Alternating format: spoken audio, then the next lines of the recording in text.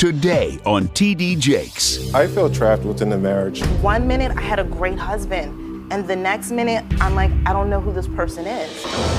Today we're going to talk about where the rubber meets the road at home. The only thing wrong with your marriage is the absence of your presence. Wow. And later, She is a Grammy-nominated singer. She still has marital problems. I don't want to lose my marriage. You're not losing it, you're giving it away.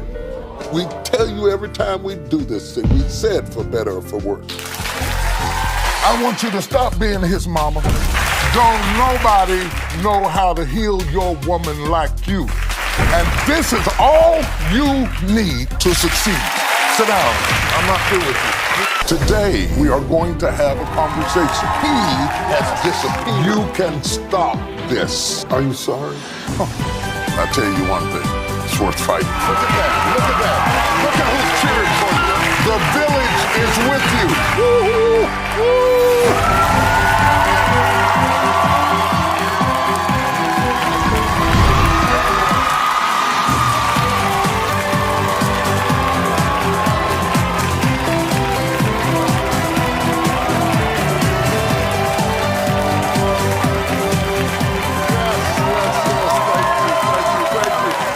Thank you for joining us today. We've got an exciting day. We're going to really talk about where the rubber meets the road at home in terms of relationships and how we navigate or don't navigate through love and happiness.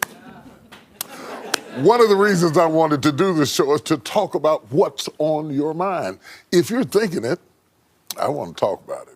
From all the emails and Facebook messages, it's clear the number one thing on your mind is the one laying in the bed next to you or not laying in bed next to you or off falling out with you fighting about something. Unfortunately, I can't say I'm surprised. The truth of the matter is, in fact, according to a recent article in the Huffington Post, 25% now of married people say they are no longer in love with their partner.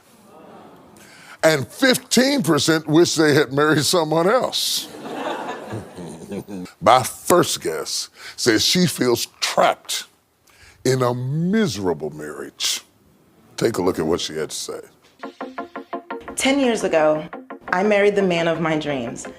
Brian and I lived a perfect life with our 2 beautiful children. Life was a fantasy come true. I threw myself into being a good mother and a loving wife. Everything was perfect. But it all changed when my husband got hurt and lost his job. It was devastating financially. We had no choice but to sell our home and move in with his family. Brian took it really hard. He fell into a deep depression and we both drifted apart. So far that we separated and were unfaithful to each other. Now we are back together trying to rebuild, but the ghosts from the past keep haunting us and we feel trapped in our marriage. Please welcome Tiffany and Brian. We're glad to have you. Thank you. Tiffany, trapped is a strong word. Why do you say you feel trapped in your own marriage? Right now I feel trapped because I don't know where to go.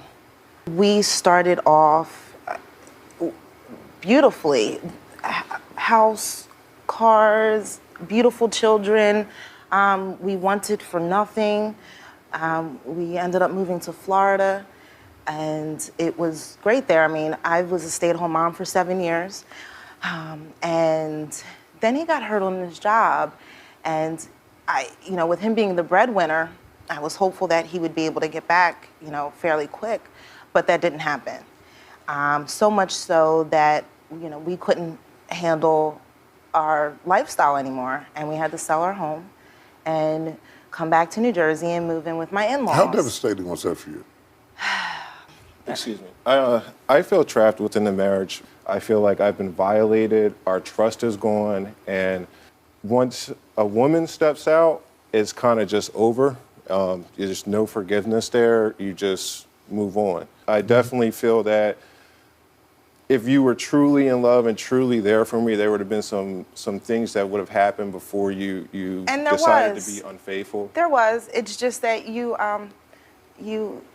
pick and choose what you want to remember. Moving into his parents' house, it felt like he reverted back to being a teenager.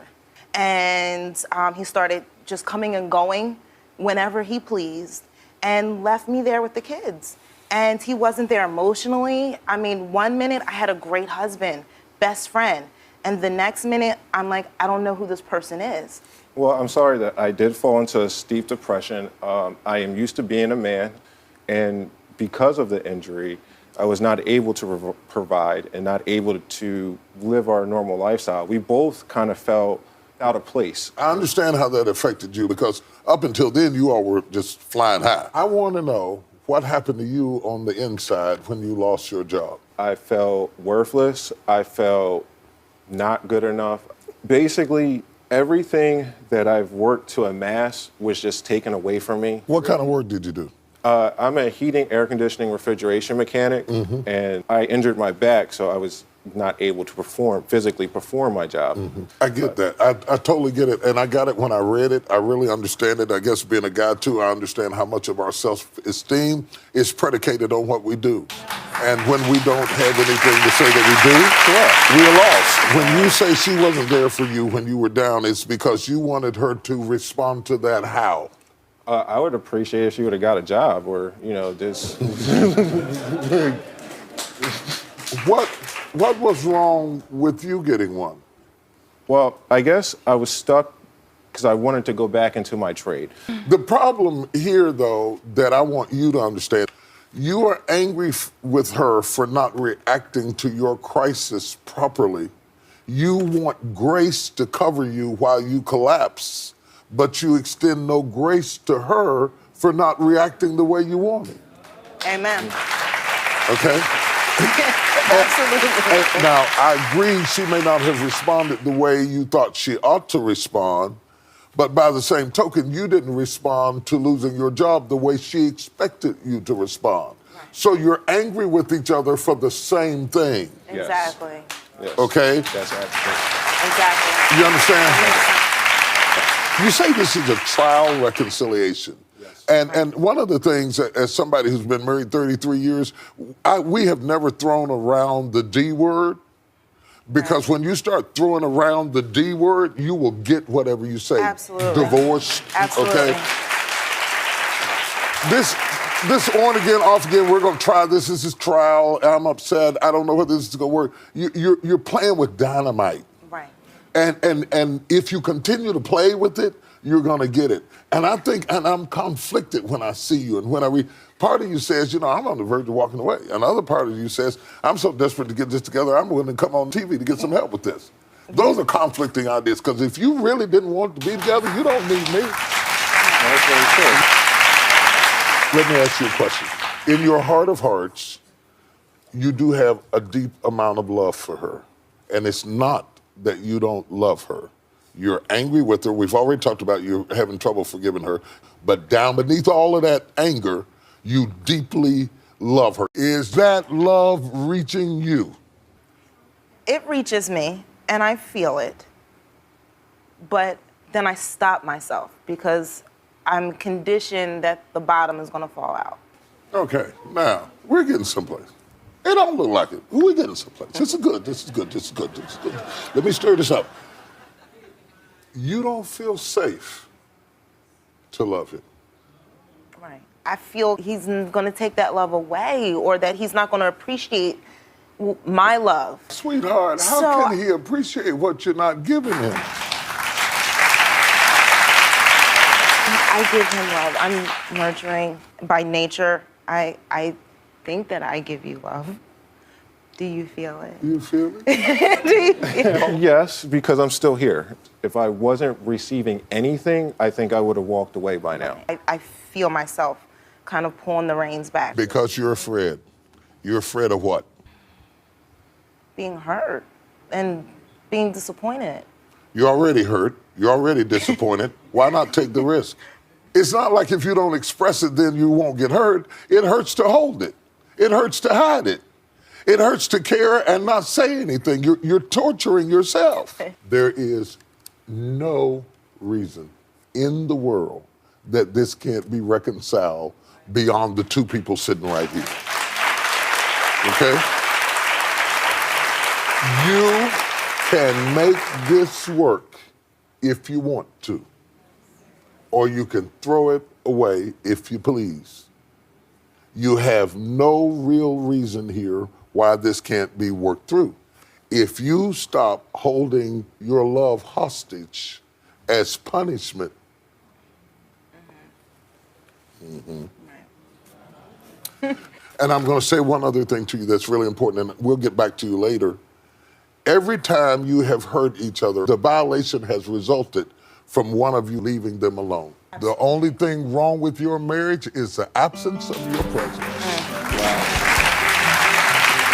Coming up, R&B singer Selena Johnson shares her story when we return. I'll be back in a minute.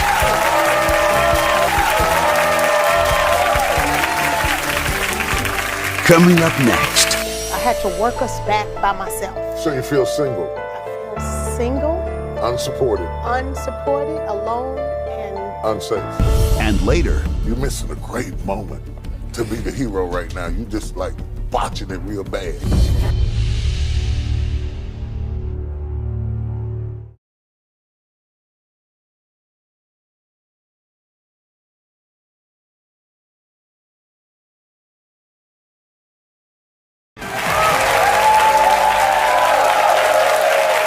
And we're back talking to couples who feel they're trapped in a miserable marriage and are looking for the tools they need to make the marriage whole again. My next guest is a Grammy Award-nominated R&B soul singer, songwriter, and actress, but she still has marital problems, like many of you.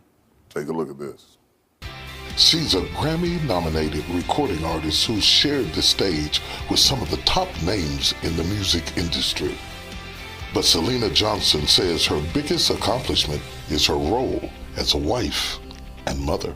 She married the love of her life, former NBA player Kiwan Garris, 8 years ago and had 2 children. She says life was great. But when Kiwan retired, their relationship soured.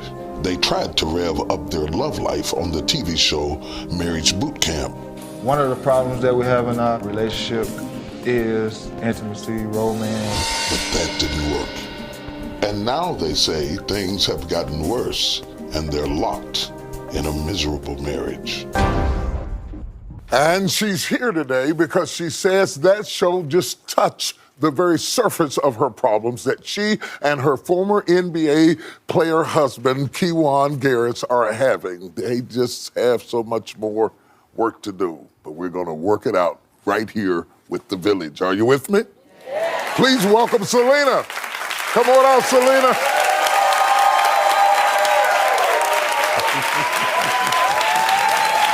Welcome, dear. Good to have you. Selena, would you tell me, why are you here today? I know you've gone through a lot of things. You've been on other programs. You're really trying to make this thing work. What brought you to me? well, I'm tired. I'm dead tired. The boot camp seemed like it went pretty deep. It did. It was very, very stressful, and it went deep into the structure of who we are individually. But we're here because we want to know what to do about things that are happening with us together that we just don't have the answers to, and they're pushing us to a very dangerous edge. Those things have become so deep that you were on the verge of filing for divorce. That is correct. So when you say you're at a breaking point, I want to understand some of those things and how they've affected you. Kiwan retired like 5 years ago, and it wasn't because he wanted to. He was injured. And so it was hard for him to get a job playing basketball. And I had to pick up at 6 months pregnant and get back on stage. And I watched us lose, everything. House was taken away. I watched cars go away. But then I was on the stage at 38 weeks, 39 weeks pregnant, all the way up until it was time. I had to work us back by myself. So you feel single? I feel single. Unsupported? Unsupported, alone, and unsafe? And tired. Financially vulnerable? You had to go out there and get it as if there was nobody there. And so what you wanted was for him to do what? I wanted him to say, I don't care what it is, I'm gonna do what I have to do to take care of this. That's what I want him to say. It seems like you were looking for the hero to stand up at him, and instead he kind of crumbled. He's a great dad, and he's not the kind of guy that will run out on me or cheat or any type of foolishness like that. It's almost like a laziness. I assume that maybe he went through a depression that he just didn't want to talk about, but how can I be with you and how can I get through this if you don't talk to me about what's going on? And then it just looks like you just want me to take care of and do everything. And maybe, I lash out on him in the wrong way, and maybe that's what makes him shut down. But is that a maybe, or is that a reality that you put a maybe in front of because you're unwilling to correct it? I do want to correct it. Okay, Nick, you're angry with him for doing the same thing that you're doing. He's acting out of his feelings. So are you. They're just different feelings. His feelings become apathy and indifference. Yours becomes anger and verbalizing that anger. Both of you have to resist to some degree the level of walking in your feelings and bring your best self to the table, because this is a fight that only your best woman and his best man can win.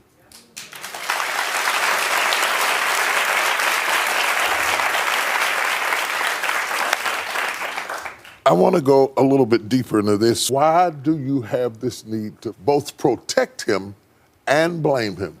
He's a good husband. He's a good father, but he's irresponsible. And I'm upset with him. You're angry with him and in the same breath protecting him all at the same time.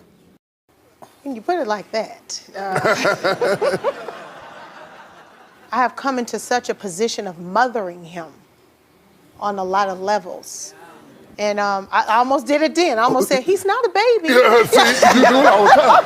There are a lot of dynamics with his family and people that have, done things to him, and him with the lack of fathering and the lack of parenting and his upbringing. I feel protective of him, but then I get upset. I get angry with him because I just need his help, Jesus. Please. Hallelujah. Help Glory me, to God. God. Thank you, Jesus. Okay. I need his help, God. Couple of tips I want to tell you real quick, and then we're going to get him out here and we're going to do some work. One thing, you'll never nag him into change. Okay? You'll never make him stronger pointing out his weaknesses. If you start showing him his strengths, it will outweigh underlining his weaknesses. Okay? More to come when we return.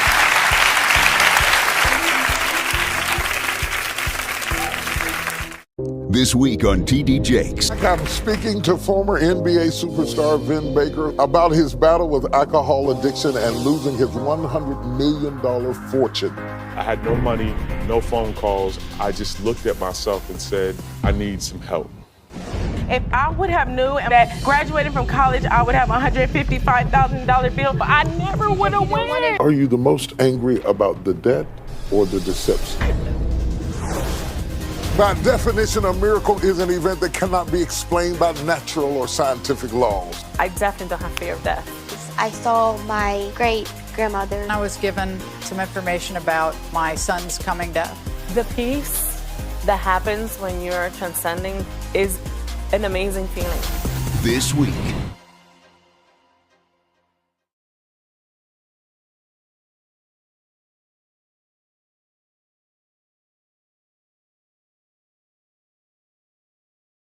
One side of the room had roses and strawberries and chocolates and pillows and, all that good stuff. And then the other side of the room said roommate. That side is like a sore thumb. When I tell you I hate that side of the room. Our bed is so pretty. Look how pretty the bed is. I tried to do this for you for your birthday and you shot me down. Wow. Let me tell it. That was a clip from We's Marriage Boot Camp, where my guest, R&B singer Selena, and her former NBA player husband, Kiwan, tried to get some counseling to help resolve issues in their marriage. We've been talking to Selena because she says that the show only touched the surface of their problems, and she says she's ready to file for divorce. Selena, you have 2 kids. What do you think splitting up would do to those children?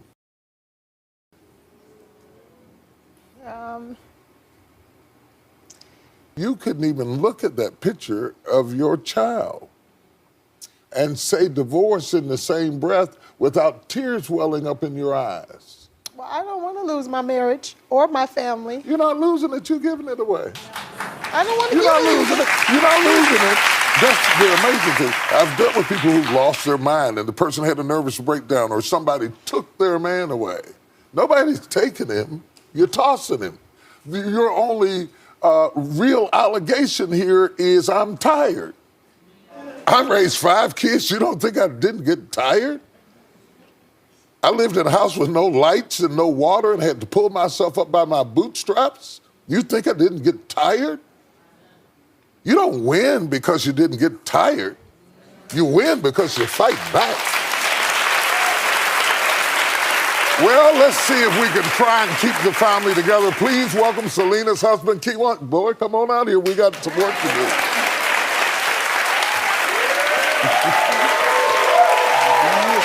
How you doing? All right, how you doing? Good to see you.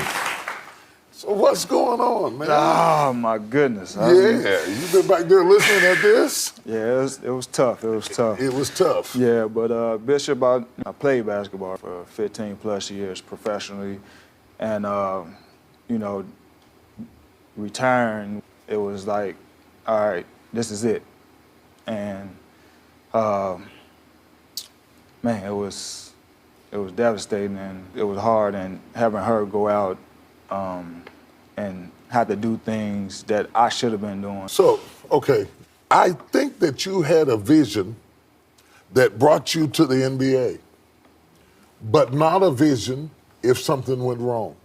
True, definitely true. I think that the fact that there's not a strong father figure in your life, True. that you don't know how to play the role as a man in the house because you never got a script as a boy. True. I think you are lost in space. Definitely. Because the game is gone and you can't find a model to figure out how you ought to be. That's true. And I bet, I'll gamble, that you have a fair amount of resentment because you want some things from her in the middle of your crisis that she doesn't seem to be sympathetic to. Yes, definitely. I'm doing Yes, pretty good. you're doing real good. That's what I thought. You're doing good. Yeah, you did real good on that So you're feeling emasculated. You've lost your career. You don't know where you're going. You find yourself in a critical situation, and you got baby mama drama on top of it. You've gone from $300,000 down to $50,000 a year. How's that affected your self-esteem? I didn't feel good about, the income because I always knew that Selena wanted more. It brings us to this point that you don't feel like you have the leverage that you used to have. And I want to know, in the 5 years that have gone by, have you had enough time to develop a strategy for the second half of your life? Because I don't think that this is really about her as much as it is about you. Not having a strategy, not having a pattern, not having a vision. And I think you've lost confidence in yourself. And I see pain all up in your face. And it's been for a long time. It goes all the way back to your childhood. Yep. And the nightmare's coming back up again. And the little boy in you is crying out for help. And you can't find your way. And her nagging at you adds to the frustration. Am I right? Yep. Do you see his face? Because in those red eyes that are wet is a little boy who is scared to death and traumatized. If you move wrong, it's not that you're going to lose your marriage. You could lose him altogether. Your boo is drowning. And to say you feel like his mama, I don't care if you have to put on an apron and walk around and act like Aunt B. If you love this joker right here, you better go get him, because he's in trouble. I'll be back in a minute. Check me out. After the break, You got name, you got reputation, you've been on TV, you got skills, you got friends, you got contacts. You got way more to work with than I did. I had a lawnmower.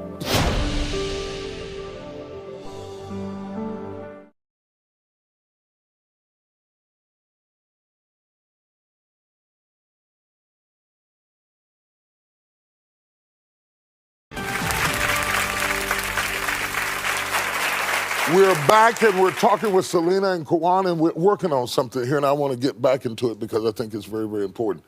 I want to help you find yourself. And I think you've been mamaed to death, and I think you need to hear a man talk to your head. True. I think you need to understand that just because you fell down does not mean that you cannot get up. I think you need to understand that it is your responsibility to get a strategy for what is going to happen, and she is not the strategy. You cannot go back to being a little boy because you got hurt being a man. Okay? I want you to understand that your job does not completely define you. I want you to understand that your income does not completely define you. That you have more to offer her than money. That your presence is valuable.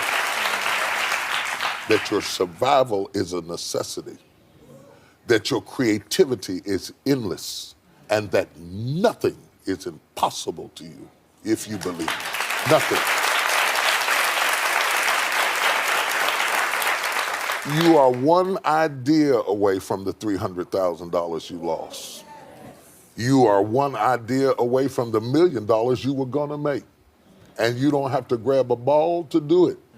Because that big ball in between your ears, I want you to work that thing. I want you to work that thing, okay? He needs your support, and I know you are tired.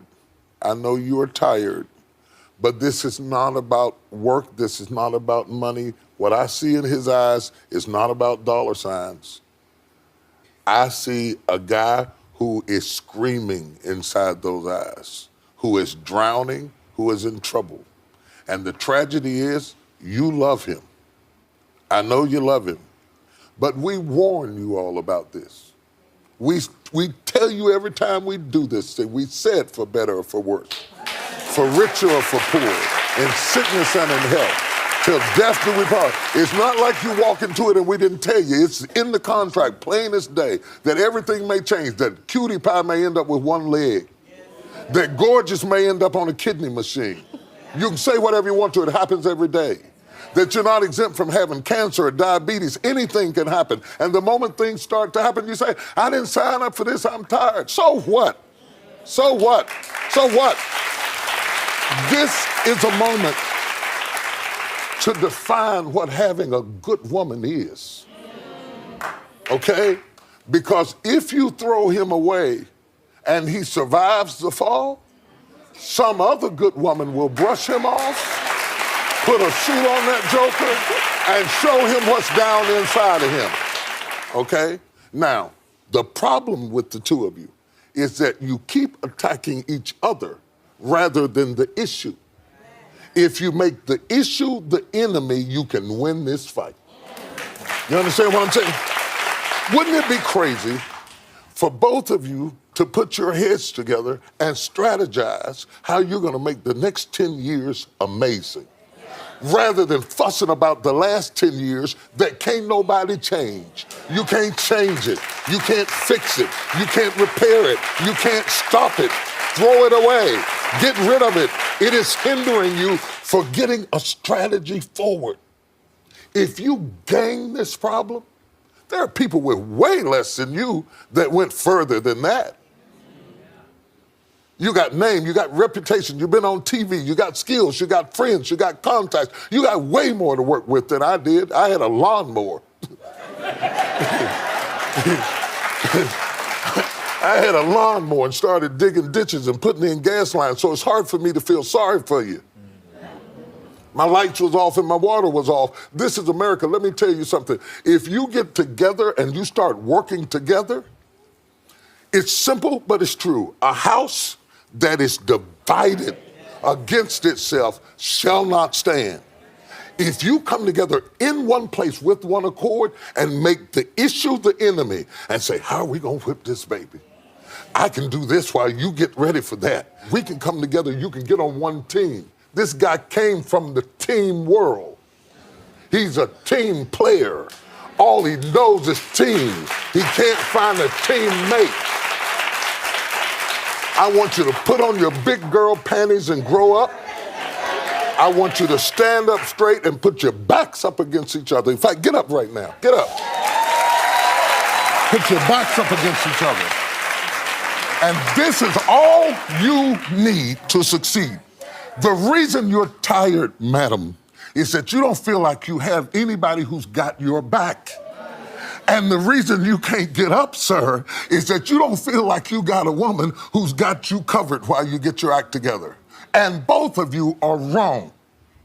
If you just cover each other's back, now you know she's out there doing everything she can do to make it happen, so you got to make it as easy for her to do what she's got to do as she can. Don't nobody know how to heal your woman like you.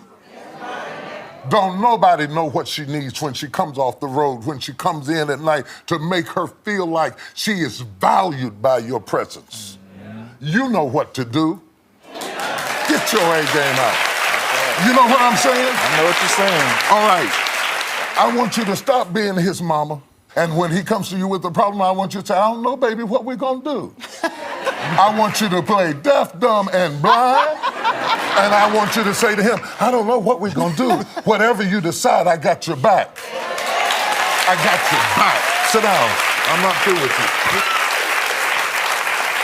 Can you feel what I'm talking to you about? Do you feel the strength in how I switched that around? I took your same situation and brought you together as a team, which you are used to fight. And you got a strong woman, and you got a tough woman. But you also got a woman that needs some direction. And you know what she wants you to say? This is what we're gonna do, baby. You see that? Yeah. This is what we're gonna do. You see how them eyes lit up? I want you to walk in the house. I want you to get away and get your head clear and think about what you're going to do. And I want you to walk in the house and I want you to say, let me tell you, girl, what we're going to do. Yes, we're going to be out of this in a minute. I want you to encourage her. Okay. She's not tired. She's discouraged. Mm-hmm. Because she has given all of her courage away and trying to encourage you. She gave all her courage to you. And now her courage doesn't seem to be working on you, so now she is discouraged. She's not out of love. She's not out of finesse. She's not out of grace. She's not out of attraction. She loves you. She's discouraged. Now I want you to encourage her by letting her see that what she tried to give you, and it wasn't always the right way, and sometimes she was nagging when she should have been building because she doesn't know how to do it, but she wants to do it. Right. I want you to get the meat out of it, throw away the bones, and let her know, I got you, I'm recovering. Lazarus is coming out the grave. Lazarus is coming out of the grave. Roll the stone away. Lazarus is coming out of the grave. I want to know how you feel about what I said. I feel you right. I was always like, soon as she say something to me or any kind of come behind me or anything, I was like, okay, I'm shutting down. I don't want to hear anything she had to say because it's not helping me. I want to talk to you about shutting down. I've got more to do with Kiwan and Selena. We're going to fix this thing. If you're struggling with a similar situation, I'm coming back in a minute. You won't want to miss this. After the break. I fell in love with his heart. When he stopped fighting from his, he broke mine. Woo! I wish I'd have wrote that in a book somewhere.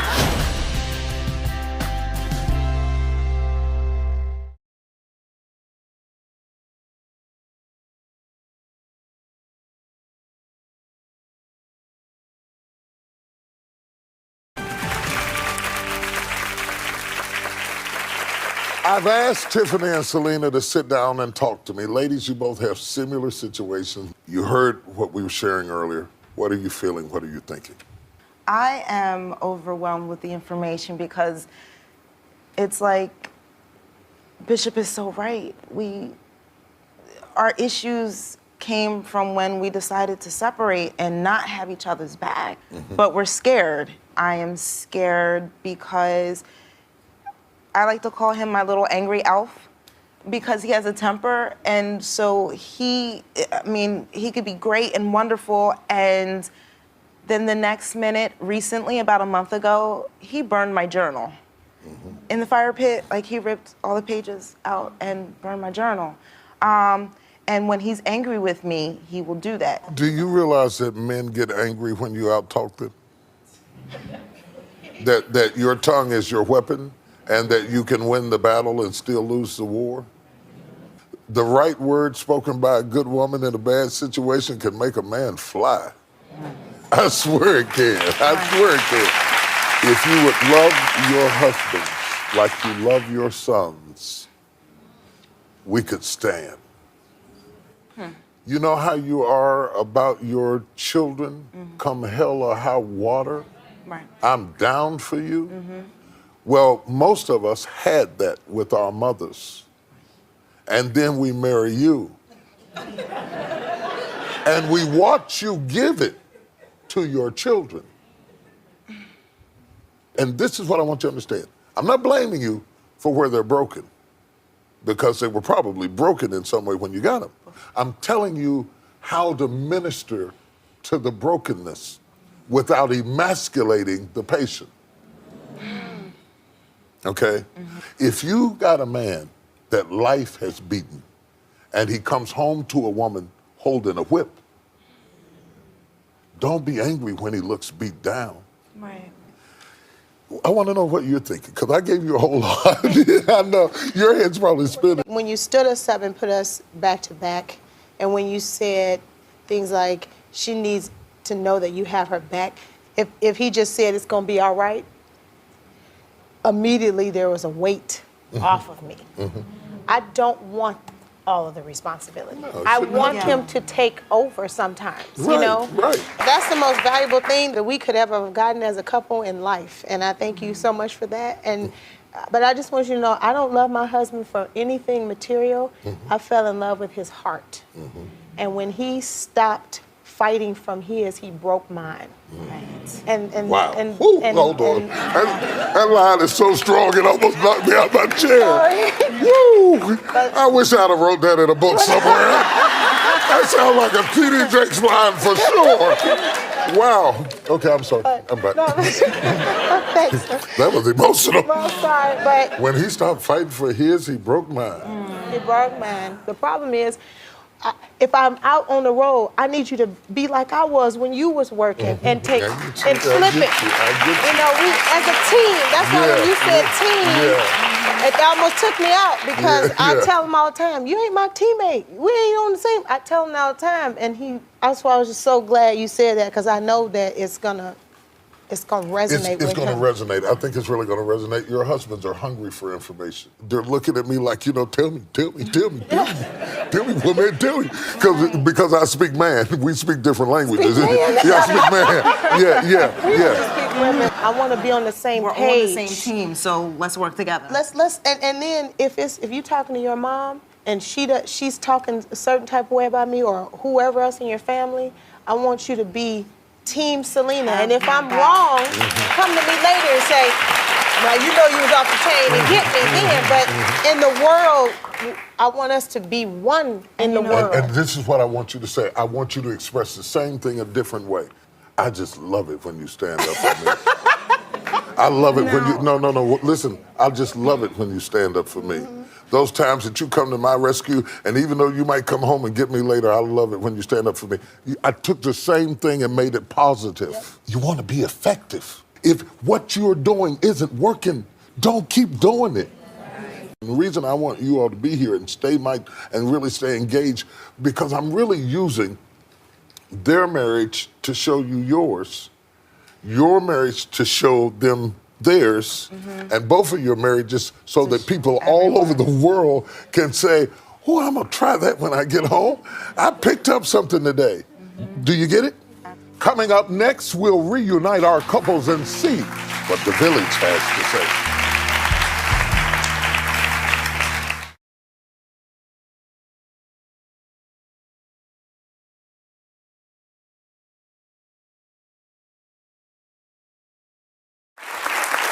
Welcome back, friends. We're talking with couples trapped in miserable marriages. I think we made some progress.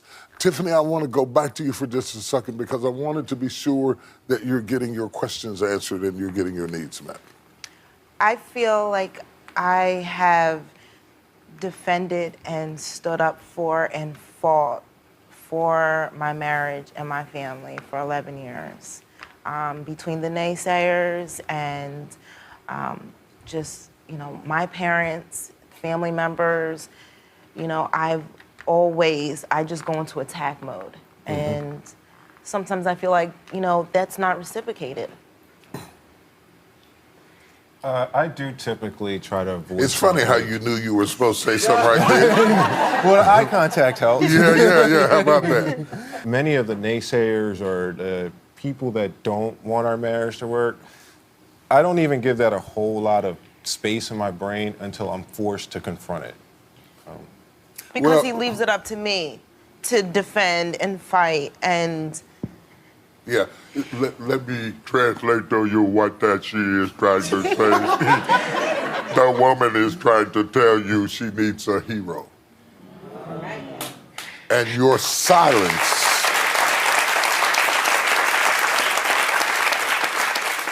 what you call not avoiding confrontation, for her, it's not standing up for her and leaving her to fight the battle alone, okay?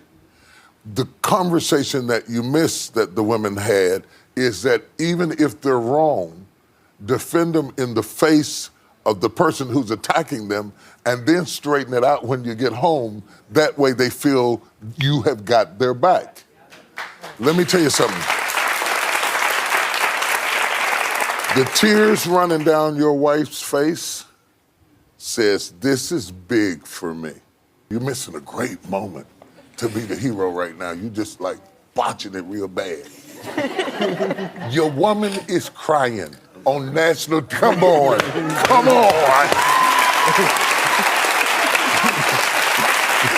Shades up. Now we've got some questions in the village, and I want to hear what those questions are as we begin to take on the universal questions. Some of you have comments and some of you have questions.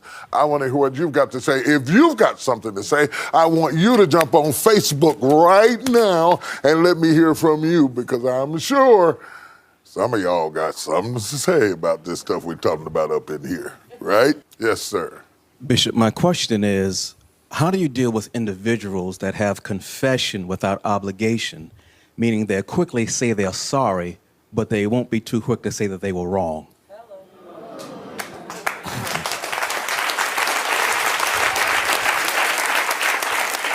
I think I'm sorry means absolutely nothing if you don't know what you're sorry about. Okay, and here's the challenge. Forgiveness is something that we do for ourselves. We forgive people not because they're innocent. We forgive them because we don't want to be attached to what you did. Okay? So it's a way of disannulling my contact, because as long as I'm angry with you, I'm still connected to you. Okay? So forgiveness is something we do for us. Trust is not our responsibility. Trust is the responsibility of the perpetrator. It is your responsibility to build back my trust. And in order to build back my trust, one, I need to know that you know how bad you hurt me, that you really do get it, that you know what was wrong about it to me, that you mean to stop doing it, and that you are consistent long enough that we have a new normal so that I can feel safe to invest my feelings back in you. And don't chastise me for checking up on you initially, because you are the one who taught me not to trust you in the first place. We'll be right back after this. Tomorrow on TD Jakes. I'm speaking to former NBA superstar Vin Baker about his battle with alcohol addiction and losing his $100 million fortune. I had no money, no phone calls. I just looked at myself and said, I need some help.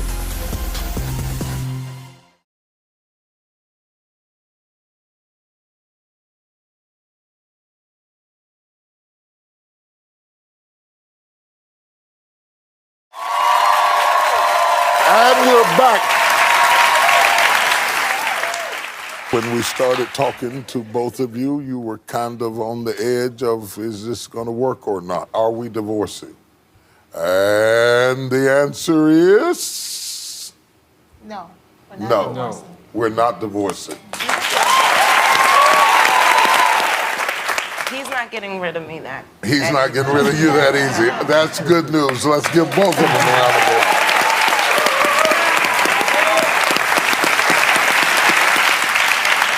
Oh, it's just so romantic. It's just so, everybody say, oh. I want you to understand that there are no perfect relationships. There are no perfect people. Whatever is wrong with your spouse, there's something equally as wrong with you. Find a way to get around all the traffic and all the scars of life and put it all together. And when life hands you lemons, make yourself some lemonade. God bless you. Take care.